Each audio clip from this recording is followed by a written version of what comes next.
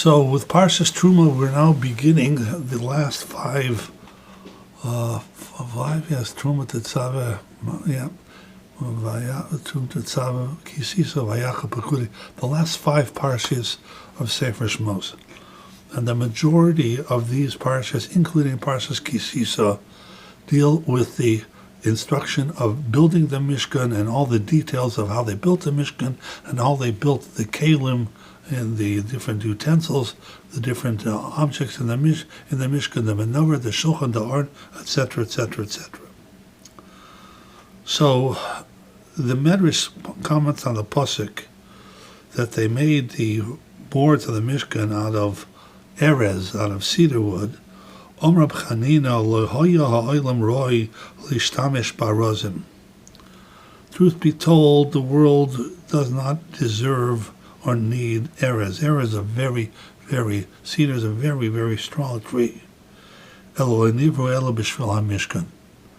The reason the Rebbeinu Shalom created arozim, cedar wood, is to use it for the Mishkan. Ub'shvil Beis Hamikdash, and for the Beis Hamikdash, shenemar yispu atze arze levonayin, etc., etc.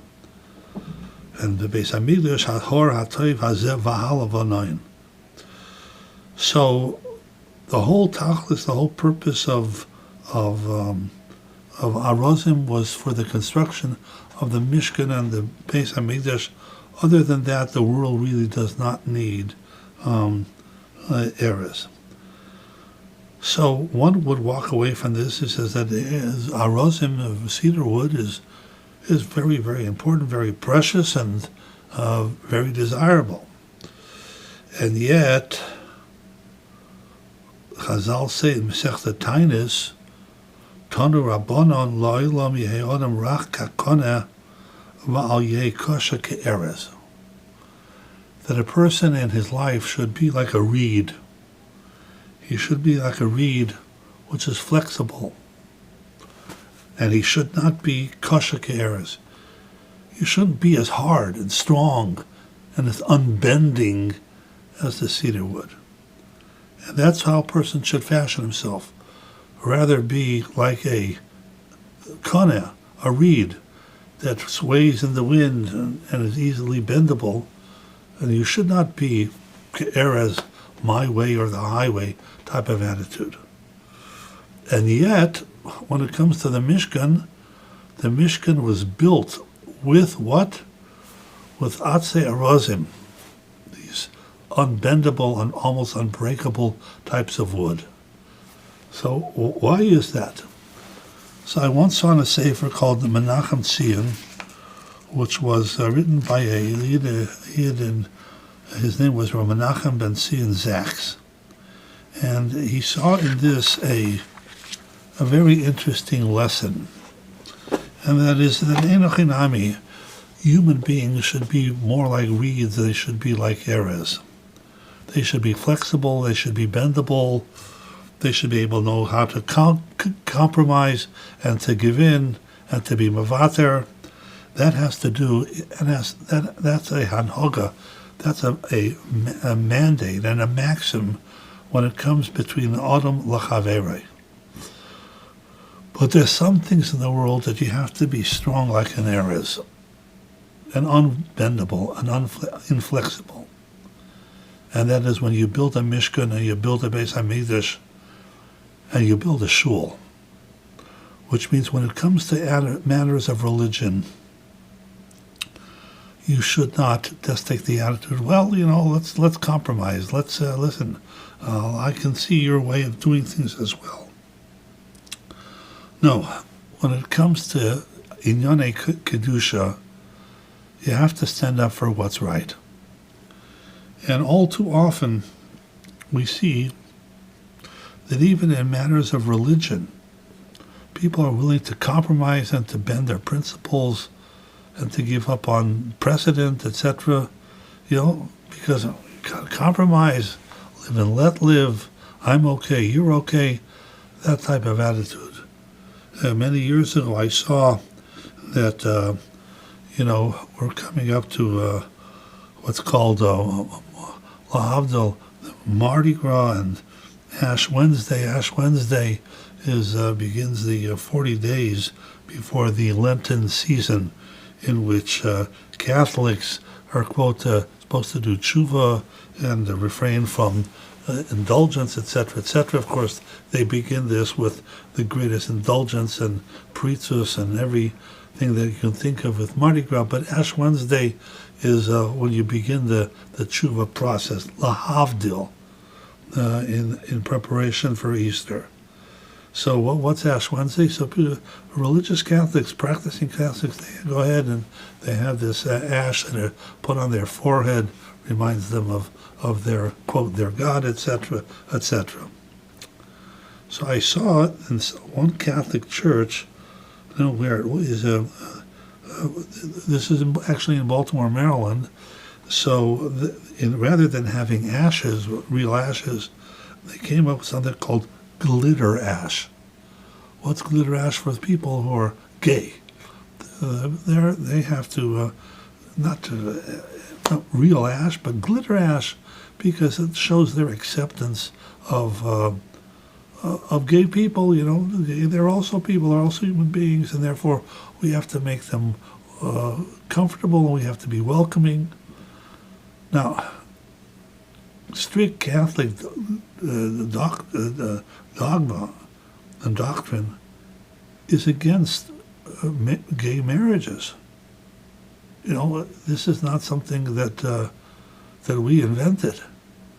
But all of a sudden, a church is going ahead and saying, "Well, no, we have to compromise." And there are religious institutions, unfortunately, including Reform Judaism, that go ahead and say, "No, listen, they're people also. Everybody live and let live," and that's not the way to run a religion.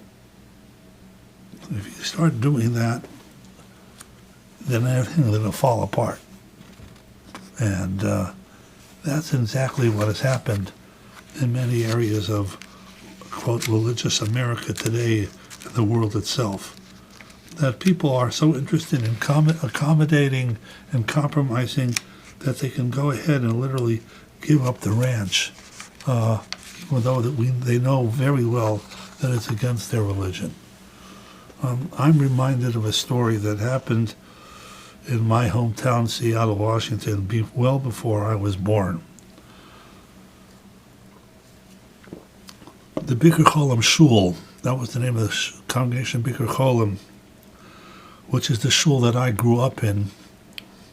So it was founded in 1891, and it still exists in Ad Hayom Hazeh, Ken Yarich. But in the early 1900s, or somewhere around then, maybe the 1920s, etc., where there was a movement that swept this country, and that is the conservative movement, and eventually the reform movement, the conservative movement. And one of the issues was to stop with the separate seating. And Bikur Cholim always in Ad Hayom Hazeh has a balcony. The Ezras Noshim is a balcony, and the women can see everything, and etc. But Chas v'Shalom, it's you can't have mixed seating. So one year on Leil Yom Kippur, Kol Nidre night, the president of the shul was seeing that people were leaving Bikur Cholim and joining the conservative shul, etc., conservative synagogue, and he got up on the bima on Kol Nidre night, and he suggested that the shul change its charter and that they permit mixed seating, men and women together. So there was a family in Seattle that's there Ad Hayom Hazeh. The patriarch of that family was someone named Ramesha Yehuda Genauer. And he had, I think, 6 or 7 sons who were all Shemei Torah mitzvahs, and including Talmid Chachomim. So one of his sons was Mr. Ben Genauer, Zichrona Livrocha, who was nifter several years ago at the age of, I think, 100. Anyway, he was a Torah Yid, a Talmid Chacham, really At any rate, he used to tell me when I was there that he was a little boy and in shul when that happened. And so his father, Rabbi Yissocher, when the president of the shul said, let's consider mixed seating, on Yom Kippur that night, his father got up in the middle of the president's speech and said, "Shegitz, arup from bima," which means, you Shavitz, get off the bima. You're suggesting that we should go conservative, have mixed seating? Shegitz, get out, get off. So Mr. Ben Genauer used to tell me he felt like digging a hole and crawling away from it. He was so embarrassed by his father. Interrupted him, shouted in the middle of shul, this and that. But because of someone like Moshe Genauer, who was kosher ke'erez, who was inflexible like the cedar wood, because of that, more than 100 years old, is still an Orthodox shul. Because he stood up for what is right. And some things you don't bend, and some things you don't compromise. So that's what the Medrash means homiletically. That the world really does not need Erez. But it needs it for the Mishkan, and it needs it for the Beis HaMikdash. It needs for the shul. Because that's where you have to go ahead and stand up, and not just fold and compromise for the sake of Laman HaShalom. Some things are inflexible, and that's religion. That's a shul, that's a Beis HaMikdash, and that's the Mishkan.